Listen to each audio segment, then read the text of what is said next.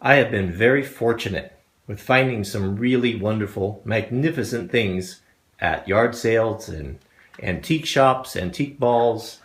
Mrs. Wranglerstar and I, you guys know it. You know we love to do it. When we were in Astoria, much to Jack's chagrin, we did spend a few hours searching antique stores. And I'll tell you what, the antique stores in Astoria are really, really good. Prices are a bit high on some things, but man, they are nice. And what's so nice is you have commercial fishing, you have boat building community, you have a really big timber and logging heritage there. So what that means is amazing tools and tools that you just don't see anywhere else. And today, I'm going to share with you what I found. I struck the lottery again. It's inside there. It's not exactly a Simon's Royal Chinook, but it's really good. You want to see it? It's in my timber framing box. Behold. Let's just look at it for a while. You know how long I've been looking for one of these? Oh, maybe I spoiled it. I wasn't supposed to show you the price there. What is it? It is a timber framer's, or probably maybe a shipbuilder's compass, carpenter's compass. Hand forged, handmade. I did some research on this after I got it home, and I'm estimating that this thing is probably from the 18th century. I really think it's highly probable it's over 200 years old. And in just exquisite shape. How much? How much do you think I paid for this? It was hanging on a wall. I almost missed it. It was a funny story. There was a guy, really friendly guy that was there. He struck up a conversation with me. We were both kind of looking at tools. And he had just went through the booth where this was. It was hanging on the wall, kind of in an obscure place on the back. He had missed it. I walked up there. I looked around there. I saw it. I couldn't believe my eyes. I grabbed it. And he looked at me and said, "What's that?" And I said, "Well, you don't need to worry about that." He said, "Are you going to put it back?" I said, "Nope, I'm not going to put it back unless I find a better one between now and the time I leave." He's like, "Can I see it? I promise I'll give it back to you." And he was very disappointed because this was a great find. Beautiful. Look at that. A handmade compass. Just beautiful. Well, $16. How about that? $16. Good grief. Can you imagine the history? I'll bet this was used to build ships. Maybe it was timber framing, who knows? One bad thing, which is not really a bad thing, but it's missing its screw, where you'd lock that down. But, look at that, it says brass nut. I don't know what that means. It's not made out of brass. Look at the hinge. Look at the craftsmanship on this. That's hand forged. That was made by a blacksmith. Tight tolerances. That's not an easy thing to make. That's real skill there to do that. $16.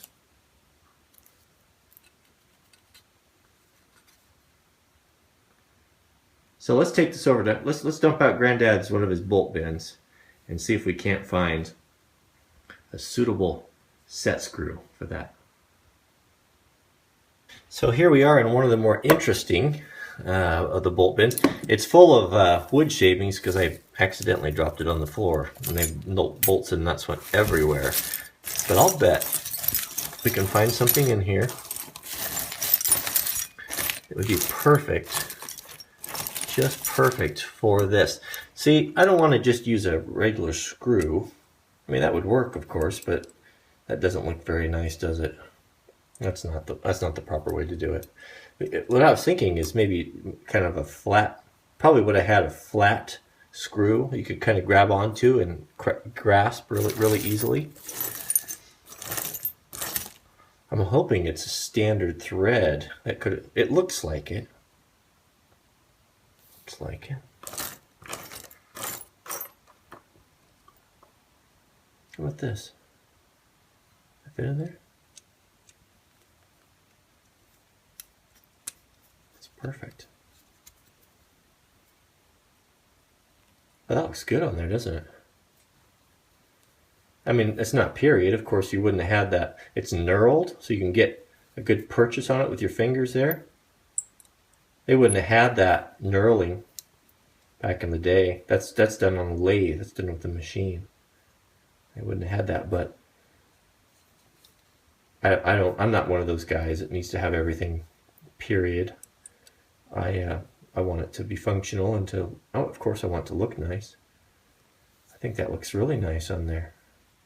A little Ford blue. Isn't that a beautiful tool? That's really special. This can be used for so many things. It can be used for scribing. It can be used for doing radiuses. Indispensable for doing notching on log cabins. I have never had one. I've looked and looked and looked for one of these big ones like that. Very rare. Look at you can see there how that piece fits in there. If we open it up all the way, you can see that there. Pretty cool. So the antique guy that was selling these things, there's a hammer mark right there. That was selling these, everything he put varnish on it. That's why it's all shiny. The only reason it's shiny like that is because it's had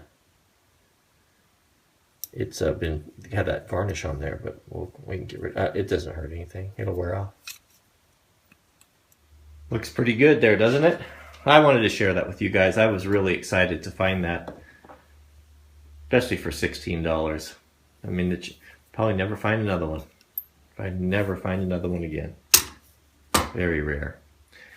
But I have something that is far more rare than this that I've been holding back on you, because I want to do a special video of it, because I've been looking for one for so long, and this is not mine to have sole possession over, but it has been given to me to use and to be caretaker of as long as I need it, until someone else more deserving than me needs it. I hesitate to show it because I do want to. This is more rare. You want to talk about striking the lottery? This is more rare than a Simon's Royal Chinook.